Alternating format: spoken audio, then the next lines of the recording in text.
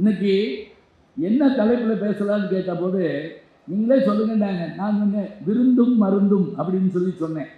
இது ஒன்றும் இல்லை, நீங்கள் பாட்டுக்கு ஏதாவது சித்த வைத்தியம் நினச்சிட்டு போயிடாதீங்க.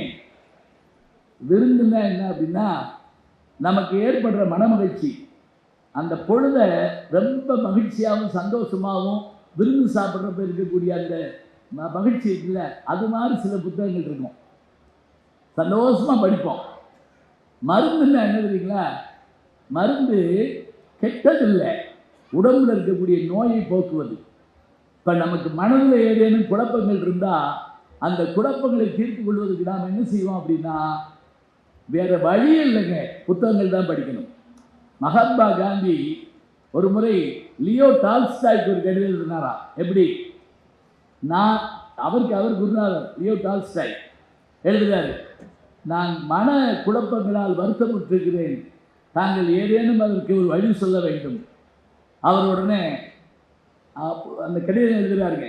எப்படி? என்னிடத்தில் நீங்கள் யோசனை கேட்கிறீர்கள், நன்றி. ஆனால் இதற்கான பதிலெல்லாம் உங்கள் நாட்டிலே, இந்தியாவில் தமிழ் மொழி என்ற ஒரு மொழியில் திருக்குறள் என்ற ஒரு நூல் இருக்கிறது. அந்த நூலில் இதற்கான விடை முழுவதும் இருக்கிறதுன்னு சொல்லி ஒரு ரஷ்யாக்காரர் சொல்கிறாரு, ரஷ்ய எழுத்தாளர். அதை கேட்டுட்டு காந்தியடிகள் கொஞ்சம் வெக்கப்பட்டாராம். நம்ம நாட்டில் இருக்கக்கூடிய மொழியில் எழுதப்பட்ட இலக்கியம் நமக்கு தெரியலேன்னு சொல்லி அந்த மொழிபெயர்ப்பை உடனே வாங்கி படிச்சுட்டு அதில் கீழே எனக்கு பிடித்த குறள்னு ஒரு திருக்குறளை எழுதி மோகன்தாஸ் கரம்சந்த் காந்தின்னு தமிழில் கேள்வி போட்டு கொடுத்தாருங்க. அப்படி காந்தியடிகளையே ஈர்க்கக்கூடிய, லியோ டால்ஸ்டாயை ஈர்க்கக்கூடிய பெருமையுடையது தான் திருக்குறள். அது மன நோய்க்கு மருந்துங்க. எத்தனையோ விஷயங்கள் சொல்லுவாங்க. இப்போ நீங்கள் மரம் எடுத்து அந்த வீடு கட்ட போகிறப்ப என்ன செய்வாங்கன்னா, ஒரு நூல் பிடிச்சு அதை அழைப்பாங்க. அது எதுக்கு தெரியுங்களா? அந்த மரத்தில் கோணல் பானல் இருந்துச்சுன்னா அதெல்லாம் அப்படி செருகிட்டே வந்து நேராக்குவாங்க. அந்த நூல் மரத்திலே இருக்கக்கூடிய கோணல்களை சரி செய்யும். இந்த நூல், நம்முடைய புத்தக திருவிழாவிலே கிடைக்கிற நூல், நம் மனத்தில் ஏற்படுகிற கோணல்களை மாற்றி நம்மை மனிதராக்கும். இந்த கைதட்டு எனக்கு இல்லை, நன்னூல் எழுத்தாளர் நன்னூல் எழுதிய பவனந்தி முனிவருக்கு தான். அவர் தான் சொல்கிறார், மனக்கோட்டம் தீர்க்கும் அப்படிங்கிறார். கோட்டம்னா என்னென்னா வளைவுன்னு அர்த்தம். அதை போக்கக்கூடிய ஆற்றல் உண்டு அப்படிங்கிறாங்க. இப்போ நமக்கான விஷயங்கள்ல என்ன அப்படின்னு பார்த்தீங்கன்னா, நாம் பொழுது போகிறதுக்காக 1000 விஷயங்கள் படிப்போங்க. ஒரு ஒன்றும் இல்லை, நகைச்சுவையாக ஒன்றை பார்த்தோன்னே சந்தோஷம் ஏற்படுது.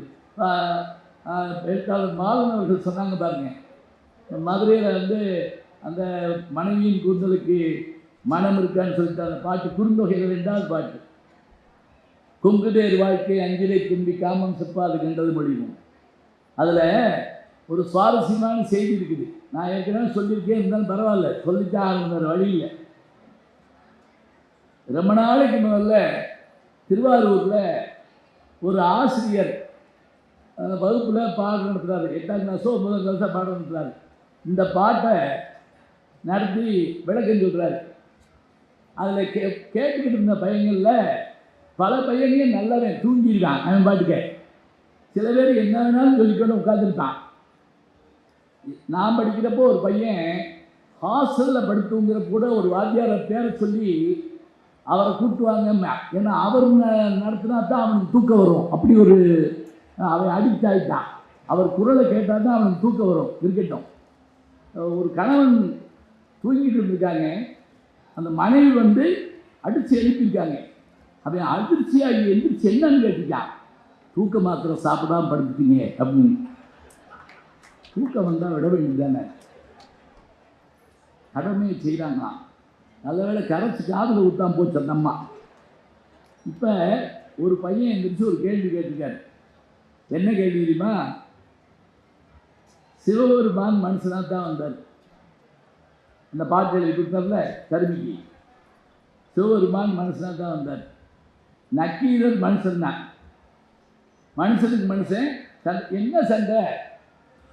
சிவபெருமான் எழுதி கொடுத்த அந்த பாட்டில் கொங்குதேர் வாழ்க்கை அஞ்சிரை தும்மி காமம் சுப்பாது கண்டது மணிமங்கிற பாட்டில் கூந்தலுக்கு இயற்கையிலேயே மனம் உண்டுங்கிறார், நக்கீரர் இல்லைங்கிறார்.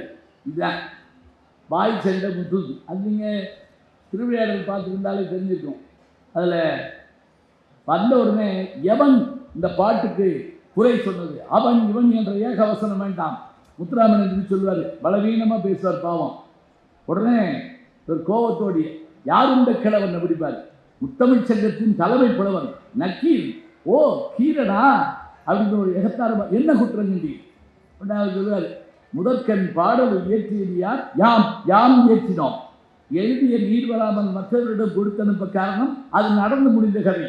உடனே இவர், புலவருக்கு முதலில் பொய்யுரை தேவையில்லை, அதை தாம் புரிந்து கொள்ள வேண்டும். உடனே சிவாஜி அடிப்பாருங்க, புரிந்தது புரியாதது, தெரிந்தது தெரியாதது, அறிந்தது அறியாதது அனைத்தும் அறிவோம் யாம். உடனே இவர் விட மாட்டார், அனைத்தும் அறிந்துவிட்டால் எழுதும் பாடலில் பிழை இல்லை என்று அர்த்தமா, அதை நான் சொல்லக்கூடாதா, எங்கே கூறி பாரும். உடனே பாட்டை சொல்ல சொல்லுவாரு. இவர் சொல்லி முடிச்ச உடனே கோவம் வந்துடும். கோவம் வந்து கடுமையாக இருந்தவர் வஞ்சி சொல்லுவார், சங்கதனை கீரென அறுக்கும் நக்கீரனோ எனது பாட்டில் ஆராய்ந்து குற்றம் சொல்லத்தக்கவன். நீ ஒரு சங்க அறுத்து பிழைக்கக்கூடிய நீயா எனக்கு வந்து பாட்டில் பொருள் சொல்கிற குறை சொல்கிற. உடனே அவர் அடிப்பார், சங்கருப்பது எங்கள் குலம், எனக்காவது ஒரு வேலையோ ஒரு தொழில் இருக்கு, சங்கரனார் கேது குலம் வந்திருக்கிறது யாரும் தெரிஞ்சுக்கிட்டாரு, உனக்கு என்ன எதுவுமே கிடையாது. ஏதவன் ஊர், ஏதவன் பேர், ஆறுற்றார் ஆராயலார், அப்பா அம்மா கிடையாது, ஒன்றும் கிடையாது. அப்படி இருக்கப்ப சங்கருப்பது எங்கள் குலம், சங்கரனார் கேது குலம், சங்கை அறிந்துண்டு வாழ்வோம் அரணே, உன்போல் இறந்துண்டு வாழ மாட்டோம். உடனே மாதிரி பிச்சை எடுத்து பழைக்க மாட்டேனாங்க. என்ன சிவபெருமான் கையில் ஓட தூக்கிட்டு அலைஞ்சார் நமக்கு தெரியும். இப்போ தான் அவர் என்ன செய்கிறாரு, சகார்னு நெத்திக்கண்ணல் தவங்குறார். அந்த பையன் என்ன கேள்வி கேட்டான் தெரியுமா, இவரும் மனுஷன்தான் அவரும் மனுஷன்தான், அவர் இவர் 2 அடி அடிச்சுக்கலாம், தூக்கி போட்டு மீச்சிக்கலாம், ஆனால் எதுக்காக சுப்ரீம் பவரை காட்டினார். திடீர்னு என்ன நெத்திக்கண்ணுன்னு ஒன்றை திறந்து அவனை ஏன் எரிச்சார். வாத்தியாருக்கு அப்படியே பயமாக போச்சு. ஏன்னா அது சிலபஸில் இல்லை. இப்போ சிலபஸில் இல்லாத கேள்வி கேட்டால் எங்களுக்கு உதவும். நான் பிட்டுக்கு மண் சுமந்த கதையை சொல்லிக்கிட்டு இருந்தேன், அதையும் சொன்னார் ஐயா. பிட்டுக்கு மண் சுமந்த கதை, சிவபெருமான் மீது பட்ட அடி அந்த மன்னன் முதற்கொண்டு மந்திரி, குதிரை, யானை, தாய், வயிற்றில் இருக்க குழந்தை எல்லாரும் மீதும் பட்டது. இதை கேட்டுக்கிட்டு இருந்த ஒரு பையன், எல்லாரும் மேலேயும் படித்தான்னு கேட்டான். ஆமாம் அப்படின்னேன். அப்போ அவர் சாப்பிட்ட புட்டு எல்லாருக்கும் போய் சேர்ந்துச்சான்னா, நீ உட்கார முதல்ல அப்படின்ட்டேன். அது போய் சேர்ந்துச்சுன்னு இருக்கேன். ஆனால் சமீபத்தில் ஒரு கவிதையிலங்க, எல்லார் மீதும் அந்த அடி பட்டது, அந்த வந்திக்கிளைவின் முதுகில் மட்டும் அந்த சுவடு இல்லை. சீனிராமசாமி எழுதுறாருங்க ஒரு கவிதையில், இயக்குனர் சீனிராமசாமி. சரி இருக்கட்டும் இருக்கேன், இதை படித்தோம்னா அது மறந்து போயிடும். அங்கே வாங்க, ஏன் இவர் வந்து நெத்திக்கு என்ன திறந்து காமிச்சார். இப்போ வாத்தியார் கொஞ்சம் தயங்கிட்டு அப்புறம் பதில் சொல்லியிருக்கார். நான் சொல்கிற கதை புரியுது, என் கூட தானே வர்றீங்க. ஏன்னா நடுவில் இப்படி கேள்வி கேட்பேன், தயாராக தான் உட்காந்துருக்கணும். அப்போ அவர் சொன்னார், அவர் ஏன் நெத்திக்கண்ணை திறந்து காமிச்சார்னா, அவர் எரிக்கணும்லாம் நெத்திக்கண்ணில் திறக்கலப்பா, ரெண்டு பேரும் சண்டை வந்தப்போ முக்கியமான ஒரு விஷயத்தை விட்டுட்டோம். என்ன அப்படின்னா, இயற்கையிலேயே பெண்களுக்கு கூந்தலில் மனம் இல்லை. யார் சொல்கிறா, நக்கீரர். இருக்குங்கிறாரு சிவபெருமான். சொன்னோடனே இவர் கேட்குறாரு, சிவபெருமான் கேட்குறாரு, இயற்கையிலே கூந்தலுக்கு மனம் உண்டு, உத்தமசாலி பெண்களுக்கு அப்படின்னு கேட்குறாரு. உடனே அவர் நக்கீரர், இல்லை. கலைமகளுக்கு சரஸ்வதிக்கு இல்லை, அலைமகளுக்கு லட்சுமி இல்லை. இப்படி ஒவ்வொன்றா கேட்டுக்கிட்டு வர்றப்ப அவர் கேட்காமலே இவர் ஒரு வார்த்தையை சொல்கிறார். யார்? நக்கீரர். அவங்களுக்கெல்லாம் இல்லைங்கிறது மட்டுமில்ல, நான் அன்றாடம் வழிபடுகிறேனே இமயவள், உமையவள், பார்வதி, மீனாட்சி, விசாலாட்சி, அவளுடைய கூந்தலுக்கும் இயற்கையில் மனம் இல்லைன்னு சொன்ன உடனே சிவபெருமான் கொஞ்சம் தயங்குறாரு. ஏன் மனைவி கூந்தலில் வாசனை இல்லைன்னு இவனுக்கு எப்படி தெரியும்? அப்போத்தான் எப்பா வந்திருக்கதா அந்த அம்மா புருஷன்தாண்டா அப்படின்னு காட்டுறதுக்காகத்தான் அந்த விசிட்டிங் கார்டு மாதிரி அந்த நெத்திக்கண்ணை திறந்தார்னு சொல்லி அந்த ஆசிரியர் சொல்லி அந்த பையனை உட்கார வச்சிருக்காரு. அந்த கேள்வி கேட்ட பையன்தான் தமிழகத்தினுடைய மேனாள் முதல்வர் டாக்டர் கலைஞர் அவர்கள். ஞாபகம் வச்சுக்கோங்க. படிக்கிறப்ப எப்படி கேட்டுக்காரு பார்த்தீங்களா? பதில் சொன்னவர் யார் என்று கேட்டால் தேவாரத்துக்கு உரை எழுதிய தண்டபாணி தேசியர் என்ற ஒரு அற்புதமான மனிதர். இது யார் சொன்னா தெரியுங்களா? நான் மதுரை காமராஜ் யூனிவர்சிட்டியில் பிஹெச்டி படிக்கிறப்ப இவங்களை போன்ற வெள்ளைவாரனார் இவர் போன்ற பெருமக்கள் வந்து வகுப்பெடுப்பாங்க எங்களுக்கு. அப்பா அவர் இந்த செய்தியை சொல்கிறாரு. அவர்தான் அந்த கேள்வியை கேட்டார், அந்த பதிலை சொன்னது நான் தான் அப்படின்னார். எவ்வளவு சுவாரஸ்யமான விஷயம் இருக்குது பார்த்தீங்களா? நமக்கு தெரியாத ஒரு விஷயத்தை சின்னதாக அப்படி கோடு போட்டு காமிச்சா போதுங்க, அதை நல்லா ரசிக்கலாம், ரசிக்க வைக்கணும்.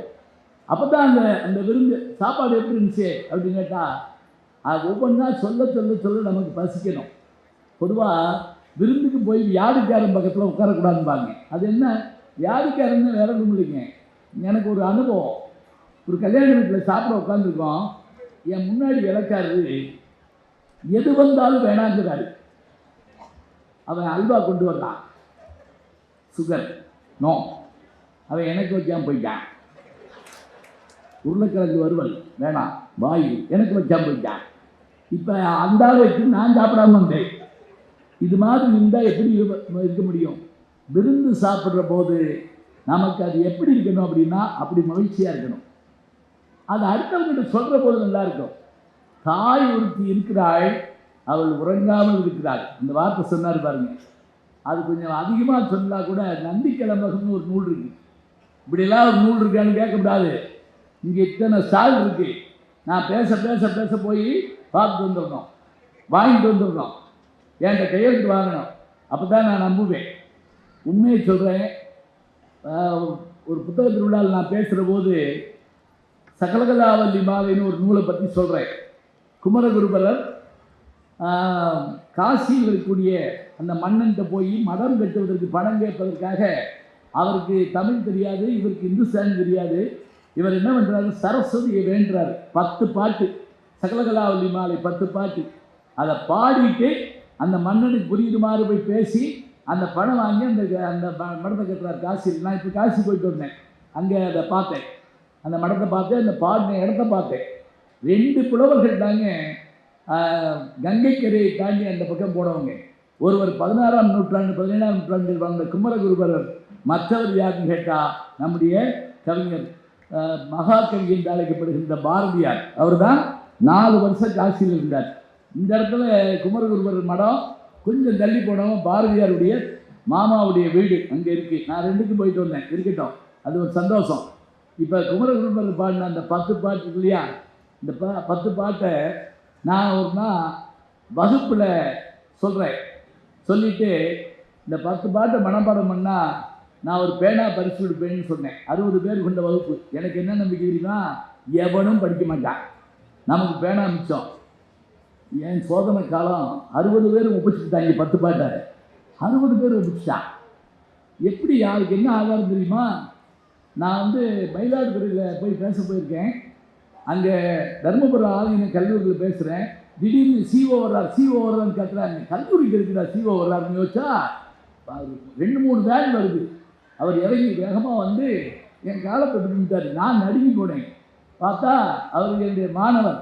அவர் சொல்கிறாரு, ஐயா நான் தான் உங்கள்கிட்ட படித்த மாணவர், இப்போ கல்வி அதிகாரியாக இருக்கேன். உங்களுக்கு ஞாபகம் இருக்காக சொல்கிறேன், சகலகலாவல்லி மாலை நீங்கள் படிக்க சொன்னீங்கல்ல, படித்து பாடி மனப்பாடம் பண்ணி ஒப்பிச்சு உங்கள்கிட்ட பேனா வாங்கினது நான் தான் சொன்னான்ல, அப்படியே மகிழ்ந்து போடுங்க. இதை நான் சொல்லி முடித்து நீங்கள் இந்த பாட்டெலாம் படித்து ஞாபகப்படுத்திக்கிட்டிங்கன்னா உங்களுக்கு எல்லா வகையான பெருமையும் கிடைக்கும்னு சொன்னாங்க. பேச்சு முடியறதுக்குள்ளே உள்ளே போய் எத்தனை புத்தகம் இருக்கோ அத்தனையும் வாங்கிட்டு வந்தாங்க. ஒருத்தர் என்ன பண்ணால் தெரியுமா, எல்லா புத்தகத்தையும் வாங்கிட்டு வர சொல்லி அவ்வளவு பேருக்கும் எல்லாருக்கும் ஒன்று ஃப்ரீயாக கொடுத்தாருங்க. வெந்தாமரைக்கென்று நின் மலர்பாதம் தாங்க என் வெள்ளை உள்ளத்து தண்டாமரைக்கு தகாதுகளோ சகமேலும் அளித்து உண்டான் உறங்க ஒழித்தான் வித்தாக உண்டாக்கும் வண்ணம் கண்டான் சுவைகள் கரும்பே சகலகலாவல்லியே. முதல் பாட்டு இந்த பாட்டு. இதை பாடினா நல்லா இருக்கும். எனக்கு பாட தெரியாது, ஞான சம்பந்தம்னு பேரே தவிர பாட தெரியாது. அதனால ஒன்றும் தப்பு இல்லை. வெட்டியாக முயற்சி பண்ணி கூட்டத்தை கலைக்கக்கூடாது. ஏதோ ஒரு மரியாதைக்காக உட்காந்துருக்கீங்க. அதனால அந்த பாட்டை அப்படி பாடினா நல்லா இருக்கும். அதில் என்ன தெரியுமா பாட்டு பொருள்? நான் போய் சிவபெருமான்கிட்ட கேட்டுக்கலாம், அவனோ பித்து பிடிச்சி அழைகிறான், பித்தா பிறை சூடி பெருமானே. சரி, திருமால்கிட்ட போய் கேட்டுக்கலாம், அவர் எப்போ தூங்குவார் எப்போ எந்திரிப்பான்னு தெரியாது, அவர் படுத்து தூங்கிட்டு இருக்காரு. நீ தான் முழிச்சிருக்க சரஸ்வதி, நீ தான் முழிச்சிருக்க. உன்னுடைய கையில் ஜபமாலை இருக்குது, உன் கையில் வீணை இருக்குது, உன் கையில் புத்தகம் இருக்குது. இன்றைக்கும் படிச்சுக்கிட்டே இருக்கக்கூடிய ஒரு கடவுள் யாருன்னு கேட்டால் சரஸ்வதி தாங்க. கையில் பார்த்தீங்களா அந்த புத்தகம் வச்சுருக்கிறான். அதனால நான் உன்கிட்ட கேட்குறேன், உண்டான் உறங்க ஒழித்தான் பித்தாக உண்டாக்கு மன்னம் கண்டான் சுவைகள் கரும்பே சகலகலா வல்லியேன்னு சொன்னால் 10 பாட்டு நிறைவாக எப்படி முடிக்கிறது தெரியுமா? மண்கண்ட வெண்குடை கீழாக மேம்பட்ட மன்னரும் என் பண்கண்களில் பணியை செய்வாய். படைப்போன் முதலாய் விண்கண்ட தெய்வம் பல கோடி உண்டேனும் உன்போல் கண்கண்ட தெய்வம் உலகா சகலகலா வல்லியேன்னு சொல்லி பாடி அவர் அந்த மன்னர்கிட்ட போய் அந்த மன்னர் இவரை பாராட்டி பரிசு கொடுத்து அந்த மடம் கட்டப்படுது. கேதார் கட்டுங்கிற இடத்துல இருக்குதுங்க அது. இப்போ இதை கேட்ட உடனே நமக்கு என்ன தோணும் தெரியுமா? இந்த புத்தகத்தை வாங்கணும்னு தோணும், பிள்ளைகளை படிக்க வைக்கணும்னு தோணும். இது இன்னைக்கு நீங்கள் ஞாபகிச்சுங்க. சமீப காலத்தில் நான் ஒரு அதிர்ச்சியான செய்தியை சொல்கிறேன். அவங்க எழுத்தாளர் இருக்கிறதுனால அவங்க அது எழுதுனா கூட எல்லாரும் படிக்கலாம். பள்ளிக்கூடங்களில் கல்லூரிகளில் பேச போகிறப்ப நல்ல பாடலோ நல்ல நகைச்சுவையோ சொன்னால் ரசிக்க தெரியலைங்க. தமிழ் தெரியல, என்ன பண்ணுவீங்க? நல்ல செய்தியை சொன்னால் உள்வாங்க மாட்டேங்கிறாங்க. ஒன்றும் இல்லை, ஸ்லேடைன்னு ஒரு வார்த்தை வச்சுருக்கோம். ஸ்லேடைன்னு என்ன? ஒரு சொல்லு இன்னொரு பொருள் கொடுத்தா அருமையாக இருக்கும், அதை ரசிக்க தெரியணும். இப்போ நான் நெதர்லாந்து போயிருந்தேன். அங்கே லேடன் பல்கலைக்கழகத்துக்கு போன போது அங்கே இருக்கக்கூடிய தாமர பட்டயங்கள் அங்கே இருக்குதுன்னு சொல்லி என்னுடைய நண்பர் வேதாசவன் சொல்லியிருந்தார். அவர் தொல்லியல் துறை அதிகாரி. இங்கே போய் பார்த்துட்டு வாங்க அப்படின்னு சொல்லியிருந்தார். நான் போய் பார்த்தேங்க. அந்த செப்பு பட்டயங்கள் யார் தெரியுங்களா? ராஜராஜ சோழனுடைய செப்பு பட்டயங்கள். அதாவது கடாரம்ங்கிற அந்த பகுதியை ஆண்ட, அதாவது இன்னைக்கு இருக்கக்கூடிய மலேசியா பினாங்கு பகுதி, அதை ஆண்ட ஒரு மன்னன் தமிழ்நாட்டில் ஒரு புத்த விகாரம் கோயில் கட்டுவதற்காக இடம் வேணும்னு ராஜராஜ சோழன் கேட்குறான். 1000 வருஷத்துக்கு முதல்ல. உடனே அவர் என்ன பண்ணுறாரு? வெறும் கோயிலாக இருந்தால் விளக்கேற்ற முடியாது, அதில் வேறு நல்ல காரியம் நடக்காது, அதனால் கோயிலுக்கு இடமும் கொடுத்து அந்த செலவுக்காக ஒரு ஊரையும் உனக்கு தர்றேன் அப்படின்னு சொல்லி ஆனைமங்கலங்கிற ஒரு ஊரையே தானமாக தந்ததற்கு அடையாளமாக ஒரு செப்பு பட்டயத்தை தர்றாருங்க. அந்த செப்பு பட்டயம்னா அங்கே நெதர்லாந்து நாட்டில் லேடன் பல்கலைக்கழகத்தில் அங்கே வச்சுருக்காங்க. அங்கே எப்படி போச்சு ஒரு கேள்வி கேட்கலாம். அது டச்சுக்காரர்கள் தேசம், நம்மை டச்சுக்காரர்கள் ஆண்டிருக்கிறார்கள். அப்படிலாம் சொல்லக்கூடாது. நம்மளை ஆளாதவர்களே கிடையாது. போர்ச்சுகீசியர்கள், ஆங்கிலேயர்கள், அப்புறம் பிரெஞ்சுக்காரர்கள், டச்சுக்காரர்கள், ஆர்மீனியர்கள் எல்லாரும் ஆண்டிருக்காங்க. அப்படி ஆண்டாங்கல்ல, அதில் அந்த டச்சுக்காரர்கள் இங்கே இருந்தபோது நாகப்பட்டினம் சூடாமணி விகாரம், பொன்னியின் செல்வன் 5ஆம் பாகம் படிச்சிருந்தீங்கன்னா அந்த பொன்னியின் செல்வனுக்கு காய்ச்சல் ஏற்பட்டப்போ கொண்டு போய் சேர்த்து விடுவாங்கல்ல, அந்த இடம். இப்போ அங்கேருந்து அந்த ஏடுகளை அந்த செப்பேடை அவன் பத்திரமா கொண்டு போயிங்க அந்த பாதுகாப்பாக அருமையான ஒரு பாதுகாப்பு இதை வச்சுருக்குறாங்க. நம்ம அனுமதி வாங்கிட்டு போனால் கையுறை போட்டு தான் அதை தொட சொல்கிறாங்க. நான் அவர்கிட்ட கெஞ்சி கேட்டு அந்த கையுறையை கழட்டிட்டு அதை தொட்டு பார்த்தேங்க. மெய் சிலிர்த்து போச்சு. 1000 வருஷத்துக்கு முந்தின ஒரு செப்பு பட்டயத்தை என்னால் தொட்டு பார்க்க முடிகிறது என்றால் ஹஜ்ஜி வெல்ஸ் எழுதின கால இயந்திரம் என்ற ஒரு நூல், டைம் மிஷின், தமிழில் கூட சுஜாதா இருக்காரு, அதில் ஏறி பயணம் பண்ண மாதிரி எனக்கு இருந்தது. அதை தொட்டு பார்த்த உடனே இப்போ தொட்டு பார்த்துட்டு வெளியே வர்றப்ப என் நண்பர் என்னை கூட்டி போனவர் வந்தார். நான் அவர்கிட்ட கேட்டேன், இது நம்ம பொருள் தானே, இதே நம்ம வாங்கிட்டு வந்துடக்கூடாது அப்படின்னு கேட்டேன். இப்போ வாங்கலாம், நம்ம இந்திய அரசாங்கத்தின் மூலமாக கேட்டு கூட வாங்கலாம். அவர் சொன்னார், இது இங்கேயே இருக்கட்டும், ஏன்னா இது காப்பர். காப்பர்னா என்ன? தாமிரம். இது காப்பர். அங்கே கொண்டு போயிட்டா இதை யார் காப்பர்? புரிஞ்சு கைதட்டின 25 பேருக்கு நன்றி. அங்கே கொண்டு போனால் யார் காப்பர்? இங்கே இருக்கட்டும். இந்த சொல் பார்த்தீங்களா, இது ஆங்கிலம் தமிழ் கலந்து நான் சொல்கிறேன். ஒரு சொல்லுதாங்க, இன்னொரு வார்த்தை அது பொருள் தர்ற போது நமக்கு என்ன இனிமை இருக்குவாருங்க. திருவள்ளுவர் வரத்தில் பயன்படுத்துவார்ல, இந்த மாதிரி சொல்லே போடுவார். என்ன திருக்குறள்? இதுக்கு ஒரு புத்தகம் இருக்குது, வாங்கி வச்சாச்சா? அப்படின்னா நான் தான் எல்லா புத்தகத்தையும் வாங்குவேன்னு நினைக்கிறேன். சரிக்கிட்டு பரவாயில்ல. யாரா இருந்தாலும் வாயை அடக்கிட்டான் நல்லதுங்கிறாரு. என்ன பாட்டு? இப்படி சொன்னாதான் நல்லது. என்ன முழுசா யாருக்கும் தெரியாது. இந்த தேசிய கீதம் பாடுறப்ப கடைசி வரியில் வந்து சேர்ந்துடுவாங்க பார்த்துருக்கீங்களா? ஜெயன்னு வந்து சேர்வாங்க. யாகாவராயினும் சோகாப்பர் சொல்லிலுக்குப்பட்டு, யாகாவராயினும் நாகாப்பர் காவாக்கால். யாராக இருந்தாலும் நாக்கு அடைச்சி பேசு. இதை ஒரு மருத்துவர் சொன்னாருங்க எனக்கு. எப்படி தெரியுமா? அவர் சொன்னார், இந்த டயபெட்டிக் போன்றவையெல்லாம் வராமல் இருக்குன்னா நாக்கு அடைக்குங்க, யாகாவராயினும் நாகாக்க. அவர் சொல்றதுக்கு பொருந்துட்டு பாருங்க. கண்டதை தின்னுட்டு போய் டாக்டரை போட்டு படுத்தக்கூடாது. சில பேர் 1/4 கிலோ அல்வா தின்னுட்டு காப்பியில் சுகர் போட வேண்டாம் அப்படின்ட்டுருவாங்க. 1/4 கிலோ அல்வா தின்னது நீ தானே, அப்புறம் தான் காப்பியில் சுகர் வேண்டாம்னு சொல்கிறோமா? இந்த ஸ்லேடையை உள்வாங்க தெரியலன்னா நம்ம என்னங்க செய்யறது? என்ன காரணம் தெரியுமா? நாம் மொழி படிக்க வேணாம்னு சொல்லல, எல்லா மொழியும் படிக்கணும்.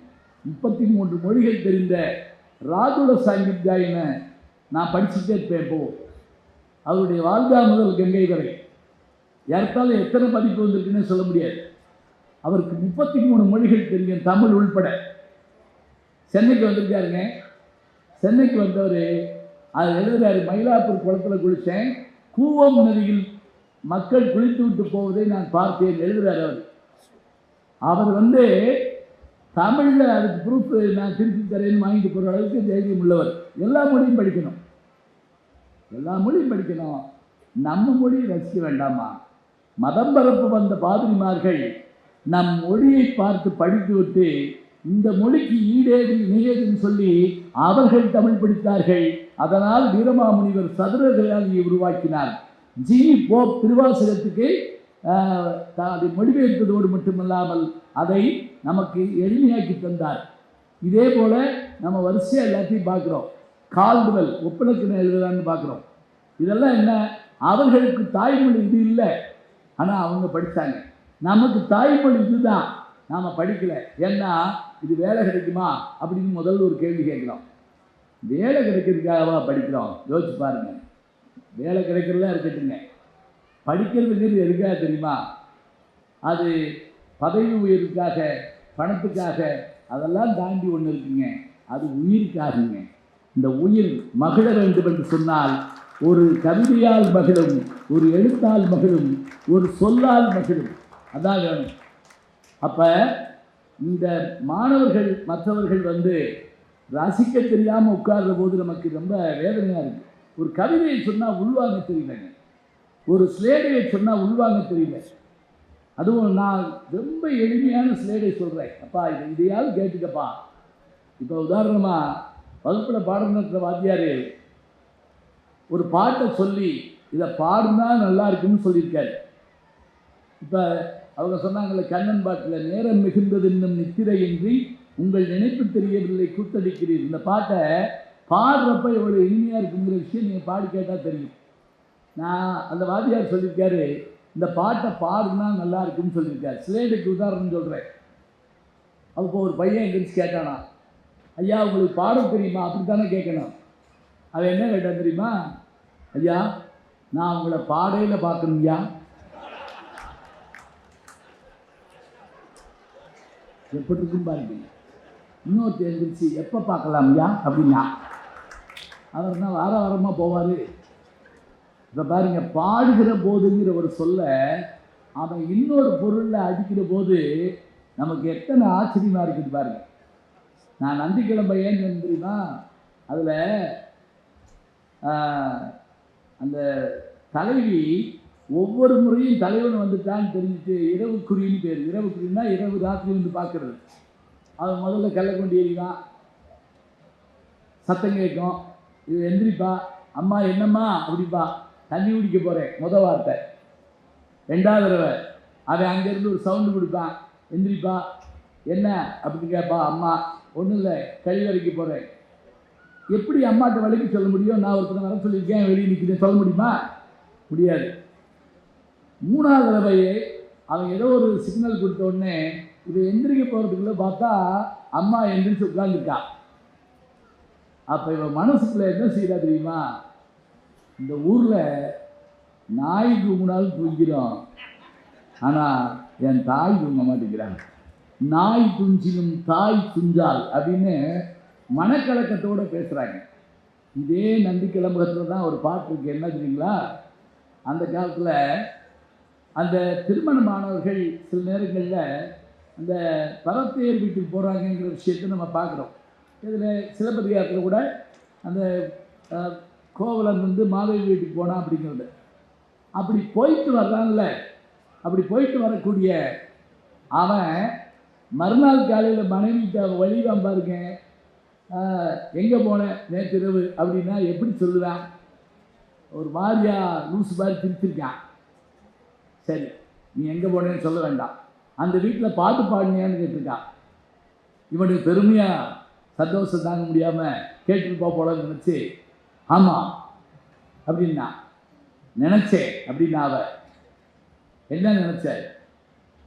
ராத்திரி 12 மணிக்கு ஒரு சத்தம் கேட்டது. எங்கள் அம்மா சொன்னா காட்டில் பேய் அழுகுதுன்னு சொன்னான். என் தோழி சொன்னா, இந்த ஊரில் இருக்கவங்களாம் சொன்னாங்க நரி ஊழையிடுதுன்னு சொன்னாங்க. ராத்திரி 12 மணிக்கு அது பாடிக்கான், பேய் அழுகுதுன்னாங்க, நரி ஊழையிடுதாங்க. என் தோழி நாயாத்தான் இருக்கும் அப்படின்னா நான் நீயாத்தான் இருக்கும் அப்படின்னு சொன்னேன். நீ வாயை திறந்து பாடுவானா? ஈட்டு புகழ் நந்தி பாணனி எங்கையதன் வீட்டிலிருந்து பாட விடிவளவும் காட்டிலும் பேய் என்றால் அன்னை, பிறர் நரி என்றார், தோழி நாய் என்றால் நீ என்றேன் நான். முடிஞ்சு வச்சுக்கேன். என்ன ஆச்சரியம்னா, இந்த நந்திக்கிழமத்தை எழுதின ஆசிரியர் பேர் தெரியாது, காடவராயன்னு சொல்கிறாங்க, ஆனால் உண்மையாக நமக்கு தெரியல. எனக்கு தெரிஞ்சு சங்க இலக்கியங்களில் பல பேருடைய பேர் இல்லைங்க, பாட்டு எழுதின ஆள் பேர் தெரியல. யாயும் நியாயும் யாராகிரோ பாட்டுடைய ஆசிரியர் பேர் தெரியுமா? செம்புல பெயல் வீரார், இப்படி ஒரு பேர் இருப்பாங்களா? அதெல்லாம் இல்லை, அது அந்த பாட்டு வரியை எடுத்து வச்சது. பாட்டு கீழே பேர் போடலாங்கிற ஒரு விஷயத்த திருஞான சம்பந்தர் தாங்க முதல்ல. இப்படிக்கு ஞான சம்பந்தன் தனி ஒன்றும் இல்லை, ஒன்று இருக்கட்டும் சரி கொடுங்க. முதல்ல திருஞான சம்பந்தர் தான் இப்படிக்கு ஞான சம்பந்தன், பூசூர் ஞான சம்பந்தன் அப்படின்னு கீழே இப்படிக்குங்கிற அந்த வரியை போடுறாரு, அந்த பேரை போடுறாரு. இப்படி போட்டால் தான் நமக்கு தெரியும். இப்போ பாருங்கள், யார் எழுதுறான்னு தெரியல. இன்றைக்கி கூட நமக்கு இவ்வளவு விஞ்ஞானம் வளர்ந்துருக்குது. திரைப்பட பாடலே எத்தனை குழப்பம் இருக்குது தெரியுங்களா? அருமையான பாட்டு, எந்த பாட்டு கேட்டாலும் பழைய பாட்டை உடனே பட்டுக்கோட்டைன்றுவோம், இல்லைன்னா கண்ணதாசன்றுவோம். ஒன்றும் இல்லை, மணப்பாறை மாடு கட்டி மாய உரை ஏறு ஊட்டின்னு ஒரு பாட்டு இருக்குல்ல, மக்களை பெற்ற மகராட்சியில் வர்ற பாட்டு. இதை நீங்கள் கண்ணதாசன் தொகுதியில் பழசில் எடுத்து பார்த்தீங்கன்னா அந்த பாட்டு இருக்கும். பட்டுக்கோட்டை கல்யாண சுந்தரம் தொகுதியில் பார்த்தீங்கன்னா அந்த பாட்டு இருக்கும். ஆனால் 2 பேரும் எழுதலை. எழுதினது மருதகாசி. மருதகாசி எழுதின பாட்டை இப்போ பிரிண்டிங்கில் தப்பாக விடுறோம். ஏன் கூகுள் என்ன செய்யுது? நம்ம கூகுள் சொல்கிறதெல்லாம் உண்மையை நம்பிட்டு இருக்க முடியுமா? இல்லை, என்ன நம்ம தானே ஏற்றி வைக்கிறோம். அதில் தப்பு இருக்கத்தான் செய்யும். இப்போ சமயத்தில் நான் அமெரிக்காவுக்கு போயிருந்தப்ப ஆர்டிஃபிஷியல் இன்டெலிஜென்ஸுங்கிற அந்த ஏஐ, அதை ஒருத்தர் எனக்கு அது விளக்கி சொன்னாருங்க. என்ன தெரியுமா? ஒரு ஆப்பை வச்சுக்கிட்டு நீங்கள் ஒரு கவிதை சொல்லுங்கள், அந்த கவிதையை பாட்டாக மாற்றுவோம் பாருங்கள் அப்படின்னு சொன்னேன். நான் ஒரு கவிதை சொன்னேன். என்ன மாதிரி பாட்டு வேணும்னு கேட்டார். நான் ஒரு மெல்லிசை மாதிரி இருக்கட்டும், ஆண் குரலா பெண் குரலான்னு கேட்டார். அதில் ஒன்று இதில் ஒன்று போடுங்களேன் அப்படின்னு. நான் கோரஸ் வேணுமா? ஆமாம். புல்லாங்குழலோடு ஆரம்பித்தா நல்லாயிருக்கும். வீணை 2 தபேலா அதையும் போடுங்க, நம்ம என்ன காசாக கொடுக்க போகிறோம். இப்போ நான் சொல்லி முடிச்சுட்டு இதுக்கான பாட்டை அவர் நாளைக்கு போட்டு வந்து கொடுப்பாருன்னு நினச்சேன். என் கண்ணு முன்னாடியே 13 செகண்டில் நான் சொன்ன கவிதை இருக்குல்ல, இயல் இயல் இயல்னால் என்னென்னா உரைநடை, அதை இசையாக மாற்றி கொடுத்துங்க. ஒரு ஃப்ளூட்டோட, ஒரு வீணையோட, ஒரு பெண் குரலோட, ஒரு ஆண் குரலோட, ஒரு கோரஸோட அந்த பாட்டு. இப்போ நான் நீங்கள் நம்ப மாட்டேன்னு சொன்னால், நான் என் கையில் செல்லு வச்சுருக்கேன், அதில் அது நான் பதிஞ்சு வச்சுருக்கேன். அது என்ன செஞ்சுருங்களா, 6 மெட்டில் போட்டு கொடுத்து. இது யார் செஞ்ச வேலை தான். நான் ரெக்கார்டிங் ரூம் போகலை, பாடகர்களை பார்க்கல, இசை அமைப்பாளர்களை ஒருத்தர் சந்திக்கலை, ஆனால் எல்லா வேலையும் அது பார்த்துருச்சு. இது இத்தனை ஒரு விஞ்ஞான வளர்ச்சி இன்னைக்கு இருக்குது. ஆனாலும் கூட சில நேரங்களில் பாட்டு யார் எழுதுறான்னு தப்பு விட்டுரும். இது யாருக்கு இது பண்ண முடிஞ்சது சொல்ல முடியாமல் போயிடுது. இது எதுக்கு சொல்கிறேன் அப்படின்னா, பழைய பாடல்கள், பழைய விஷயங்களை பார்க்குற போது அது யாரால் எழுதப்பட்டதுன்னு தெரிஞ்சுக்கணுங்க. எப்போவுமே ஒரு மெத்தடாலஜி என்னன்னு கேட்டிங்கன்னா, ஒன்று எழுதினால், ஒன்று சொன்னால் அது யாருடைய கூற்றுங்கிறத நம்ம சொல்லணும்.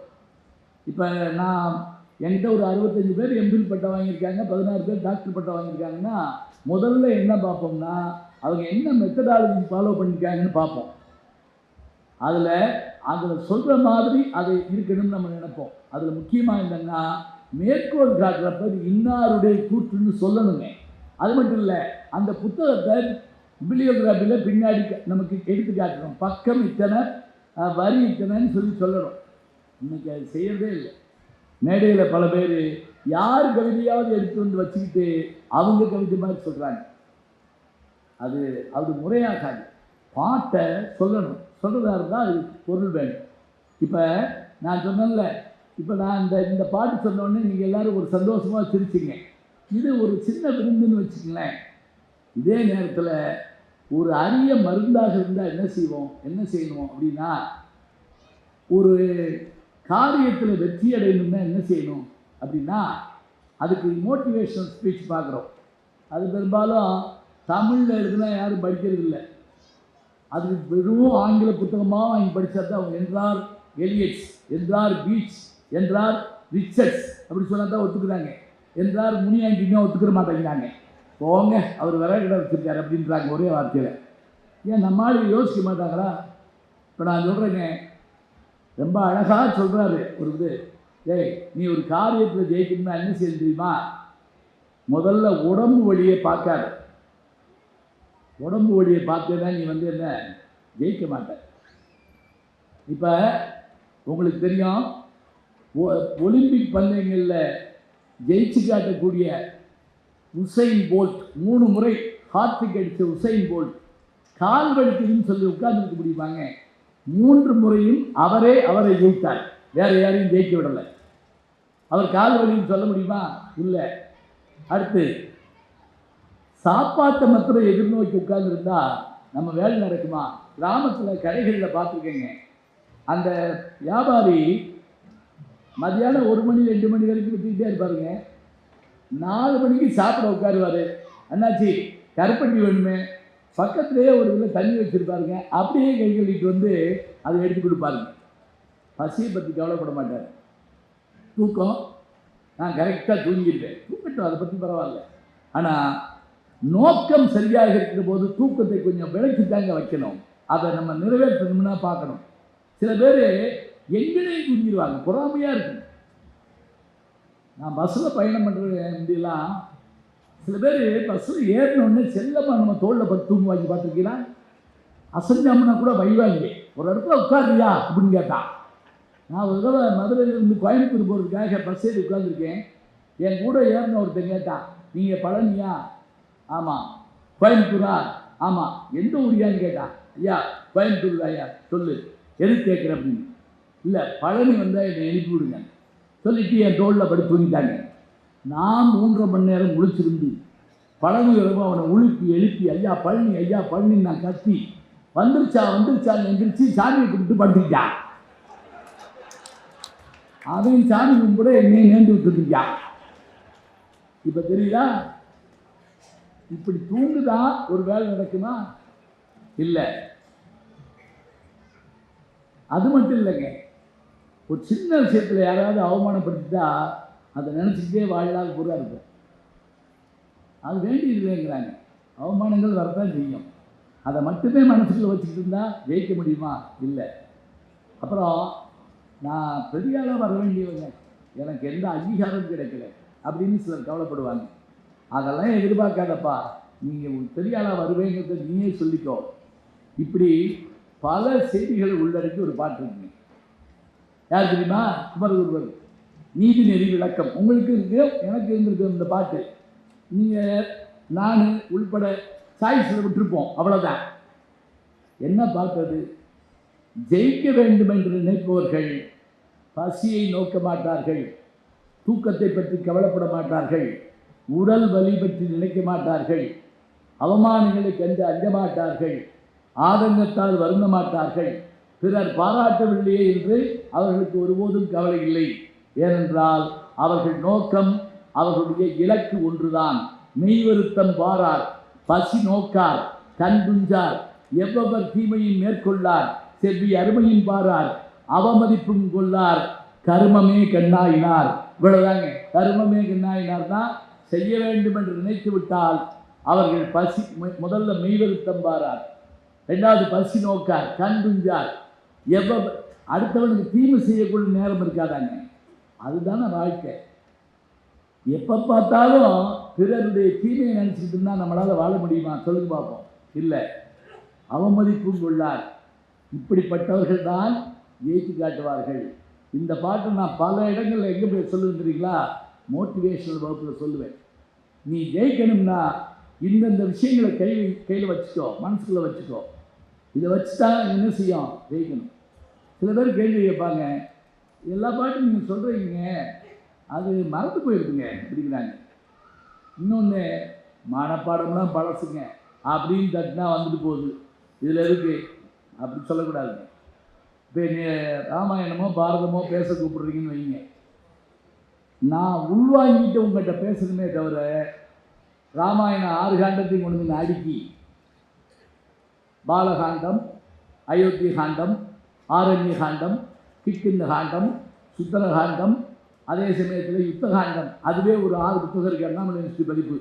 அம்புக்கே அடுக்கி ராமன் இந்த வர்றேன் அப்படின்னு திரட்டினேன்னு வைங்க, சீதை இந்த வர்றேன், நீங்கள் என்ன செய்வீங்க? நீ திரட்டிக்கிட்டே உட்காந்து நான் போயிட்டு வரேன்னு போயிடுவீங்க. எனக்கு அது உள்ளுக்குள்ளே போயிருந்தா தான் நினைப்பில் வரும். மறந்து போயிருக்கு, மறக்காதுங்க. எப்படி மறக்கும்? இப்போ ஒரு போட்டியே வைப்போம், ஒரு அறைக்குள்ளே உங்களை போக சொல்கிறோம். அந்த அறைக்குள்ளே எல்லா வகையான உயர்ந்த பொருட்களும் இருக்குது. வைர நெக்லஸ் தொடங்கி 1.5 லட்ச ரூபா பைக்கிலேருந்து எல்லாமே அங்கே இருக்குது. அப்படி எல்லாமே இருக்கிறப்ப நம்மகிட்ட ஒரே ஒரு கண்டிஷன் மட்டும் போடுறாங்க. வெளியே வந்த உடனே ஒரு நோட்டு புத்தகம் வச்சுருப்போம், ஒரு பேனா இருக்கும், 1 நிமிஷம் நீங்கள் உள்ளே போகலாம். உள்ளே போன உடனே எந்தெந்த பொருளை பார்க்குறீங்களோ அத்தனை பொருளும் உங்களுக்கு சொந்தம்னு சொல்லிட்டா என்ன செய்வோம்? அப்படியே ஆடு உள்ளே போவோம். வெளியே ஓடியாந்து அது இது அது டிவி பைக் எல்லாம் சொல்லும்ல. இந்த போட்டியில் ஒருத்தர் வெளியே வந்து 101 பொருள் சொல்லிவிட்டாங்க, 100 பொருள் தான் வச்சுருந்துருக்காங்க. வாசலில் இருந்த பிள்ளையும் சேர்த்து எண்ணிட்டாங்க. பாட்டுக்க எப்படி மனசு இருந்துச்சு? அவையெல்லாம் நமக்குத்தான் என்று சொன்னவுடன் நம் மனது அவ்வளவு துரிதமாக வேலை பார்க்குது. நினைவாற்றல்னா சாதாரண இல்லைங்க. அந்த நினைவாற்றலுக்காக தான் நம்ம மூளை எல்லாத்தையும் நம்ம மெஷினை பார்த்து செஞ்சிடோம்னா அப்புறம் என்ன செய்யறது? சொல்லுங்க பார்க்கலாம். இப்போ நாங்கள் இந்த மாதிரி நாமளாவது மனிதர்களோடு போராடினோம், அடுத்த தலைமுறை எந்திரத்தோடு தான் போராட போகுது. எந்திரத்தோடு ஆனால் எந்திரம் பெருசு இல்லைங்க. ஏன் தெரியுமா? அதை கண்டுபிடிச்சோடனே மனுஷன் தானே. கணித மேதை சகுந்தலா தேவியை பற்றி நீங்கள் கேள்விப்பட்டிருப்பீங்க. அந்த அம்மா ஒரு முறை ஒரு சாதனை பண்ணி காட்டினாங்க. ஒரு 13 கம்ப்யூட்டரை வச்சு நடுவில் அந்த அம்மா உட்காந்து அந்த தேர்வாளர்கள் வந்து ஒரு பெரிய எண்ணை பெருக்க சொல்லி கொடுக்குறாங்க. நிறைய இது உள்ளது, 5 இலக்கம் 6 இலக்கம் என்ற அந்த எண்ணை பெருக்கணும். இந்த 13 கம்ப்யூட்டர்த்தையும் கொடுத்துட்டு இந்த மாட்டி கொடுக்குறாங்க. இந்த கம்ப்யூட்டர் வாங்கி உள்ளே எடுத்துக்கிட்டு அது எண்ணி போடுறதுக்குள்ள நம்ம போட்டு காமிச்சாங்க. என்ன தெரியுமா? கணினி சிறப்பானது தான், ஆனால் அந்த கணினியை கண்டுபிடித்த நம்முடைய மூளை அதை காட்டும் சிறப்பானது. அதனுடைய நியூரான்ஸ் வந்து கோடிக்கணக்கில் லட்சக்கணக்கில் இருக்கு. இப்படி நெருப்பு இருக்குன்னா அப்படி தொடர உடனே முதல் செய்தி என்னன்னா, இதில் சுடுதுன்னா இது விறுவிறுவிறுன்னு மூளைக்கு போய் சாதாரண எடுத்துக்கோன்னு சொல்லுது இல்லை, அதே ஸ்பீடில் வந்து எடுத்துக்கோன்னு சொல்லணும். எப்படி முடியும்? எவ்வளவு வேகமாக செயல்படணும்? இந்த செயல்பாட்டுக்குரிய இதை வந்து நம்முடைய மூளை வச்சிருக்குது. இதை பயன்படுத்தணும். நான் ஒரு இதில் படித்தேன், ஐன்ஸ்டீன், தாமஸ் ஆல்வா எடிசன் 2 பேர் நோபல் பரிசு பெற்றவர்கள். அவர்களுடைய மூளையை பரிசோதித்து பார்த்தாங்களா இறந்த பிறகு, அதில் ஒரு சின்ன பகுதி தான் தேய்மானம் ஆகிருந்துச்சான். 2 பேருமே நோபல் பரிசு வாங்கினவங்க. ஆனால் என்ன, அதில் கொஞ்சம் தான் தெரிஞ்சிருக்கு. அப்படின்னா நம்ம மூளை எவ்வளோ ஃப்ரெஷ்ஷாக இருக்கும் பாருங்க. நம்ம என்ன சிந்திக்கிறோம்? பெரும்பாலும் ஹோட்டலில் போய் புரோட்டா தின்பமா, பொங்கல் தின்பமா, சிந்தனை பெரும்பாலும் இருக்குது. இந்த சில சமயம் நம்ம ஸ்டார் ஹோட்டலுக்கு போனோம்னா அது ஒரு சிக்கல் என்ன தெரியுங்களா? அதில் பெரும்பாலும் லைட் இருக்காது, 0 வாட் பல்பு தான் போட்டிருப்பாங்க. அந்த மெனு கார்டு ஆங்கிலத்தில் இருக்கும், பார்த்துருக்கீங்களா? அந்த உணவும் தமிழ் உணவு இருக்காது. ஒருத்தர் போன உடனே உள்ளே உட்கார்ந்த உடனே அவங்க அந்த மெனு கார்டு கொடுத்தாங்க.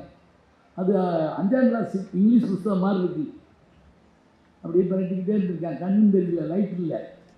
அப்புறம் யோசிச்சு பார்த்தான், நல்ல பொருளாக இருந்தால் கடைசியில் தான் போட்டிருப்பாங்க அப்படின்ட்டு அவனை கூப்பிட்டு, அந்த இவரை கூப்பிட்டு, பேரரை கூப்பிட்டு, இந்த கடைசியாக இருக்கிறது கொண்டு வா அப்படின்னா. அவர் சொல்கிறாரு, அது வந்து ப்ரெஸ் நேமு, இந்த இப்போ இதை அடித்தோம்னா என்ன ப்ரெஸ்ஸில் அடித்தோம்னு போட்டுப்போம்ல, அதை அவன் பலகாரம்னு நினச்சிருந்துருக்கான். சரி, அப்படியா? அவர் சாப்பிட்றது கொண்டு வா, அது எச்சி வேற கொண்டு வரேன் போ. அங்கனக்குள்ளே அது கூட யோசிக்க முடியல. எழுத்தாளர் சுஜாதா ஒரு முறை சொன்னாருங்க, எதுக்கு தெரியுமா விளம்பரம் திரும்ப திரும்ப திரும்ப போடுறாங்க? ஒரு மிடில் கிளாஸ் மனிதர் அலுவலகம் முடிஞ்சு வீட்டுக்கு வர்றப்ப மனைவி சொன்ன ஒரு விஷயம் ஞாபகம் தான், இன்றைக்கா இருந்தால் செல்லில் என்ன காப்பி தூள் வாங்கிட்டு சொன்னேன்னு கேட்டுக்கொள்ளலாம். முன்னெல்லாம் அப்படி செய்ய முடியாது. காப்பி தூள் கடைக்கு போனால் அவர் ஒரு ஆள் கேள்வி கேட்பார், இது இந்த டீ கலந்ததா, இது கலந்ததா, அது கலக்காததா. நம்ம குழம்பிடுவோம், ஐயோ என்னது, எது வாங்கி போனாலும் வழி விழுகுமே அப்படின்னு நம்ம யோசிப்போம். அப்போ அந்த விளம்பரம் ஞாபகம் இருக்குமா, காஃபி என்றாலே அப்படின்னா சட்டுன்னு வாங்கிடுவாப்பியா. அப்போ என்ன தெரியுங்களா, நமக்கு பதிய வைக்க வேண்டும் என்பதற்காக சொல்லப்படுகிறது. இப்போ நம்முடைய இலக்கியங்கள் எல்லாங்க, நூல் நம்ம படிக்கிறதுலாம் என்ன தெரியுங்களா, நமக்கு ஒன்று மகிழ்வை தரணும், அது விருந்து. நம்மை வழிநடத்தணும், நமக்கு என்ன மாதிரி வாழ வேண்டும் என்பதையெல்லாம் சொல்லித்தர வேண்டும். அண்ணன் தம்பியினுடைய வாழ்க்கை எப்படி இருக்கணுங்கிறதுக்காக கடங்க திரும்ப திரும்ப ராமாயணம், திரும்ப திரும்ப மகாபாரதம் சொல்லப்படுது. சொல்லுங்க பார்க்கலாம். தம்பியரில் சிறந்தவர் ராமன் தம்பியரா அல்லது ராவணன் தம்பியரான்னு நாங்கள் பட்டிமன்றம் போடுவோம். என்ன இதில் என்ன தெரிய போகுது, என்ன பட்டிமன்றம்? அப்படி இல்லைங்க, ஒரு டிக்கெட்டில் 2 படம் மாதிரி ராமன் தம்பியரை பற்றி தெரிஞ்சுக்கிறோம். அதாவது பரதன், இலக்குவன், சத்ருகனன். அதே மாதிரி ராவணனுடைய தம்பியர், அவங்கள பற்றி தெரிஞ்சுக்கிறோம். கும்பகர்ணன், அதே மாதிரி விபீஷணன் தெரிஞ்சுக்கிறோம்.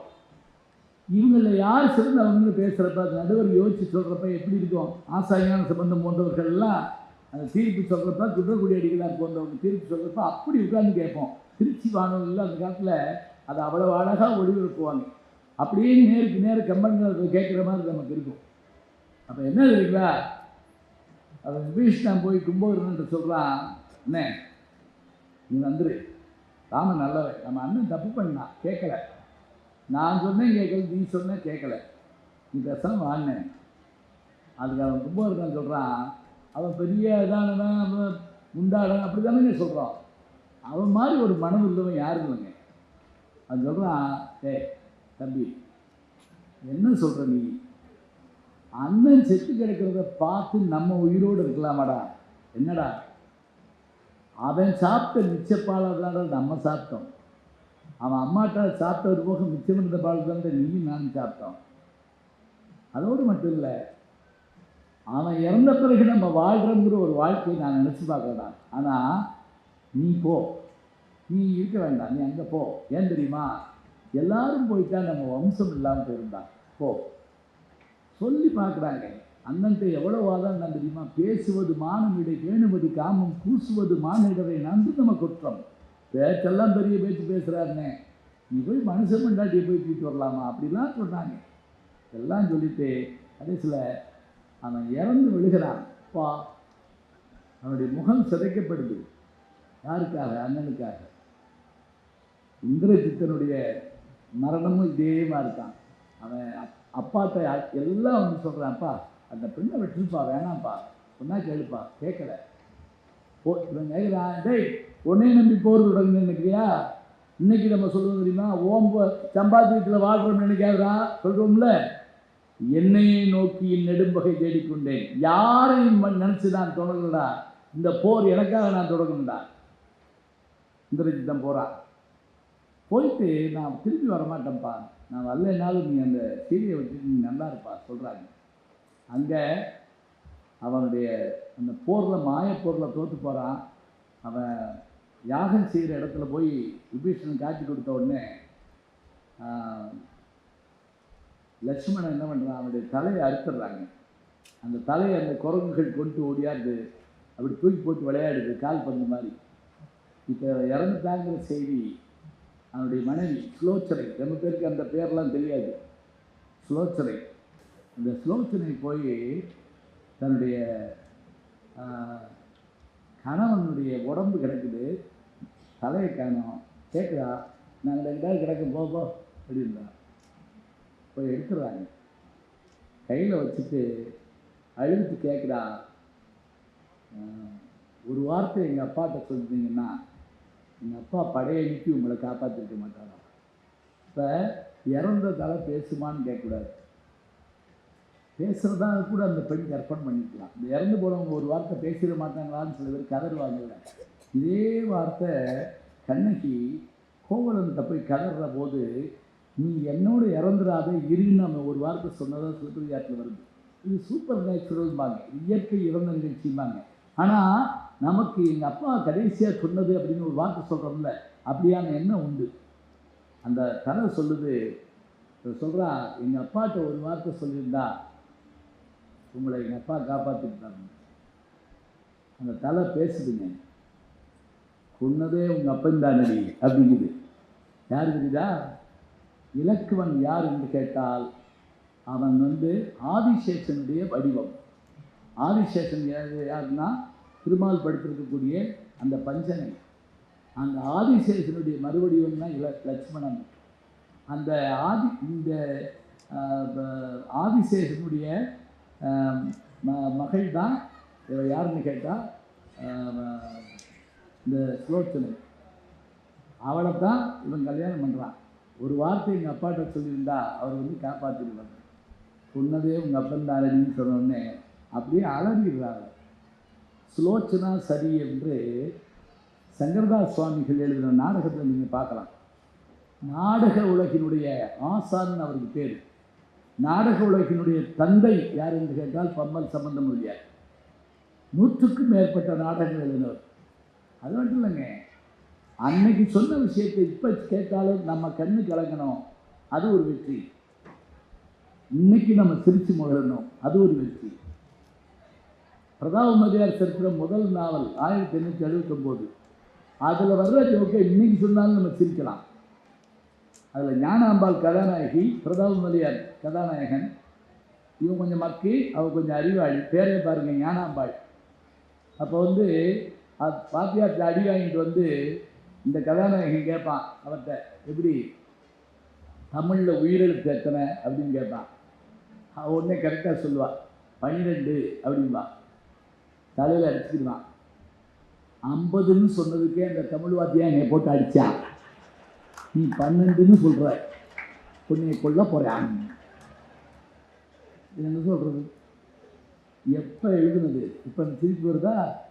இது இன்னைக்கு நம்மளை அப்படி அப்படி அசைச்சு பார்க்கணும். அதே போல் சபாபதி நாடகம் படமாக கூட வந்துச்சு. அதில் அந்த முதலாளி பேரும் சபாபதி, வேலைக்காரன் பேரும் சபாபதி. காளியன் ரத்னம்னு ஒரு நடிகர். 4 நாளுக்கு பக்கோடா, கால நாளுக்கு பக்கோடா, கால நாளுக்கு பாதாம் அல்வா வாங்கிப்பான் அப்படின்னு 2 காலம் தான் கொடுப்பார். யார்? டிஆர் ராமச்சந்திரன். கால நாளுக்கு பக்கோடா, கால நாளுக்கு பாதாம் அல்வா, அது 2ஐயும் போய் கடை வரைக்கும் போய் திரும்பி வருவாருங்க. என்னப்பா இல்லையான்னு கேட்பார் இவர். எந்த கால நாளுக்கு பாதாம் அல்வா, எந்த கால நாளுக்கு நீ பக்கோடான்னு சொல்லாமல் இருப்பியாப்பா அப்படிம்பார். இது எங்கள் அப்பா சொல்லுவாருங்க. எங்கள் அப்பா தமிழாசிரியர் சொல்லுவார், அது ஜோக்காக இருந்தாலும் தான் இந்த பணம் இதுக்குத்தான் தீர்மானித்தா அந்த பணத்தை அதுக்கு தான் வச்சுருக்கணுமா, அதுதான் சிறப்பாக. இதுக்கான பணத்தை வேறதுக்கு எடுத்து செலவழிச்சிட்டா அதை நம்ம பேலன்ஸ் பண்ண முடியாது. பாருங்கள், ஒரு சின்ன நகைச்சுவையில் கூட சொல்லப்படுகிற செய்திகள் நம்ம உள்ளத்தை அப்படியே அசைச்சு காட்டுது. அது வேணும். அதுக்காக தான் நம்ம இதிகாசங்கள் புராணங்களை படிக்கிறது என்னென்னா, நம்பிக்கை எதெல்லாம் விடுங்க, அந்த அந்த நினைப்பு இருந்தால் போதுங்க. அவை இருந்தால் நம்மளை அப்படியே அசைச்சு பார்க்க முடியும். வியாசர் விருந்தில் நச்சுப்பைகை தெற்கம் பகுதியில் அந்த யட்சனுக்கும் தர்மனுக்கும் இடையில் நடக்கூடிய கேள்வி பதிலில் ஒரு கேள்வி கேட்பான். தனியே செல்லுகிறவனுக்கு உதவி செய்வது எது? வித்தை அப்படிம்பாங்க. அவன் படித்த படிப்பு தான் எந்த நாட்டுக்கு போனாலும் அவன் காப்பாற்றுமான். நான் போகாத நாடு இல்லை, நான் பார்க்காத ஊர் இல்லை, நான் என்ன பெரிய பணக்காரனா இல்லை, நான் பெரிய தாதா, நான் தாத்தா, அவ்வளோதான். நான் எப்படி எல்லா இடத்துக்கும் போனேன்? நான் கற்ற தமிழ் என்னை உலகமெல்லாம் கொண்டு சென்றது, என் கல்வி என்னை உலகமெல்லாம் கொண்டு செல்கிறது. போகிற இடத்துல நமக்கு துணை இருப்பது அதுதான். அவன் எல்லாம் அந்த கேள்வி பதில் அபாரமான ஒரு கேள்வி எழுதுறீங்களா? உலகத்திலேயே வேகமானது எதுன்னு கேட்குறான் யட்சன். மனம் அப்படிங்கிறான் தருமன். மனமளவுக்கு வேகமாக போகிறது உலகத்தில் எதுவும் இல்லை. எல்லாம் முடித்த உடனே இறந்து கிடக்கிற 4 பேரில் ஒரு ஆள் எழுப்பலாம். அப்போ அவன் 4 பேரில் பீமனை எழுப்பலை, அர்ஜுனன் எழுப்பலை, சகாதேவன் எழுப்பலை, நகுலன் எழுப்புறான். அந்த யட்சன் கேட்குறான், ஏன் உன் தம்பிமாராகிய இந்த 2 பேரும் வலிமையுள்ளவர்களை விட்டுட்டு அப்படி ஒன்றும் வலிமை இல்லாத அந்த நகுலன் எழுப்புறாரு? ஒன்றும் இல்லை, நாங்கள் 3 பேரும் பிறந்தது குந்திக்கு, அந்த 2 பேரும் பிறந்தது எங்கள் சின்னம்மாவுக்கு, எங்கள் அம்மாவுக்கு ஒரு பிள்ளை, எங்கள் சின்னம்மாவுக்கு ஒரு பிள்ளை இருந்தால் போதும்னு நான் நினச்சேன். அவன் தாங்க தருமன். இந்த எண்ணம் இருந்தால் போதும். அறம் செய்ய விரும்பின அந்த அம்மா ஏன் சொன்னா, உனக்கு மனசு நல்லா இருந்தால் போதும், அது எல்லாவற்றையும் சரி செய்யும். இலக்கியங்களை படிப்பது அதற்காகத்தான். மனம் எனும் அந்த ஒன்றை குரங்கு போன்ற அதை கட்டுப்படுத்தி காப்பாற்றக்கூடிய ஆற்றல் அதற்கு உண்டு என்று சொன்னால் நிறைய வாசிக்கணும், திரும்ப திரும்ப வாசிக்கணும். ஒவ்வொரு முறை வாசிக்கிற போதும் அதில் ஒரு புதிய செய்தி வந்தால் அது கொடுக்கவில்லை, நாம் வளர்ந்துருக்கிறோம் என்று அர்த்தம். நான் 2ஆம் கிளாஸில் திருக்குறள் படித்ததுக்கும் டாக்டரேட் படிக்கிறப்ப திருக்குறள் படிக்கிறதுக்கும் எனக்கு வித்தியாசம் இருக்குன்னா எப்படி அப்படின்னா, என் அறிவு மூலமாக நான் அதை பார்க்குறப்ப அடேப்பா திருவள்ளுவர் எவ்வளோ பெரியவர். நாளை மறுநாள் அங்கே வெள்ளி விழா கொண்டாட போகிறாங்க. 1ஆம் தேதி எங்கள் குமரிமுனையில். அந்த குமரிமுனையில் வள்ளுவருக்கு சிலை வைத்து அந்த சிலையில் அதுக்கான 25 வருஷம் ஆச்சுன்னு சொன்னால் அழகாக சொன்னார் பாருங்கள். நீலத்திரைக்கடல் ஓரத்திலே நின்று நித்தம் தவம் செய் குமரியல்லை வட மாலவன் குன்றம் இவற்றிடையே புகழ் மண்டி கிடக்கும் தமிழ்நாடுன்னு சொன்னால் அங்கே நின்ன அந்த தாய் யார் என்றால், நீலத்திரைக்கடல் ஓரத்திலே, தூரத்தில் இல்லை, நித்தம் வார்த்துக்கு ஒருக்கல்ல, நின்று உட்கார்ந்தில்ல, தவம் செய்யக்கூடிய அந்த குமரி எண்ணெய்க்கு துணையாக இருக்கட்டும் என்று சொல்லி வள்ளுவனையும் நிறுவியிருக்கிறார்கள். ஏன் தவம் செய்கிறாங்க தெரியுமா? 2 பேரும் கடல் கொண்ட நூலெல்லாம் திரும்ப வந்தால் நமக்கு அத்தனை செய்திகள் கிடைக்கும். மயிலை சீனிவேங்கடு சாமி எழுதிய மறைந்து போன தமிழ் நூல்கள்னு ஒரு இருக்குங்க, ஒரு புத்தகம். எப்போயாவது எடுத்து படித்து பாருங்கள். அதில் சொல்லப்படுற அந்த செய்திகளையும் அந்த புத்தகங்களையும் பார்க்குறப்ப எவ்வளவு இதை இழந்துட்டோம்னு நமக்கு தெரியுது. நச்சினார்க்கினியை பற்றி ஊவேசா எழுதுவார். இவரை நான் படித்து கொண்டு வருகிற போது இந்த ஒரு மேற்கோள் காட்டி இந்த பாட்டு எதில் வருதுன்னு சொல்லாமல் வந்த வழி கண்டு போயிடுவார் ஒரே வார்த்தையில். நீ படித்து பாரு, உனக்கு புரியும் பாரு. என்ன செய்யுது? அது சொல்லியிருந்தா அந்த நூலை நான் தேடி எடுத்து பதிப்பிச்சிருப்பேன் அப்படி பாருங்க. தமிழ் பெருங்கடல். நான் இன்னொரு வரைக்கும் என்ன செஞ்சேன்? ஐன்ஸ்டீன் சொன்ன மாதிரி நான் சிற்பிகளைத்தான் பிறக்கி இருக்கிறேன், கடற்கரைக்கு சிலர் காற்று வாங்க போவார்கள், சிலர் கடலில் குளிக்க போவார்கள், சிலர் மீன் பிடிக்க போவார்கள், சிலர் அயலகம் செல்வதற்காக போவார்கள், சிலர் சுண்டல் வாங்கி தின்பதற்காக போவார்கள், சிலர் கடலுக்குள் மூழ்கி முத்தெடுப்பார்கள். முத்தெடுப்பதும் சுண்டல் வாங்கி தின்பதும் அயலகம் செல்வதும் காற்று வாங்க போவதும் நம்முடைய கையிலே தான் இருக்கிறது. 1000 ஆண்டுகள் கடந்தும் கூட, 10,000 ஆண்டுகள் கடந்தும் கூட நம்முடைய நூல்கள் இன்றைக்கும் இளமையோடு இருக்கிறது என்று சொன்னால், உன் சீரிழமை திறம் என்று செயல் மறந்து வாழ்த்துதுமேனு மனோன்மணியம் சுந்தரதார் சொல்கிறான்னு சொன்னால், அந்த தமிழ் மொழி சில மொழிகளுக்கு ஒலி இருக்கும், மொழி இருக்காது. சில மொழிகளுக்கு லிபி இருக்காது, மொழி இருக்கும். நமக்கு மொழி இருக்கு, நல்ல லிபி எழுத்து இருக்கு, படிப்பதற்கு விழி இருக்கு, வாசிப்பதற்கு புத்தக திருவிழாக்கள் போன்ற வழி இருக்கு. எல்லாவற்றையும் பயன்படுத்தி நாம் வெற்றி பெற வேண்டும். விருந்தையும் மருந்தையும் அருந்திய உங்களுக்கு நன்றி. வணக்கம்.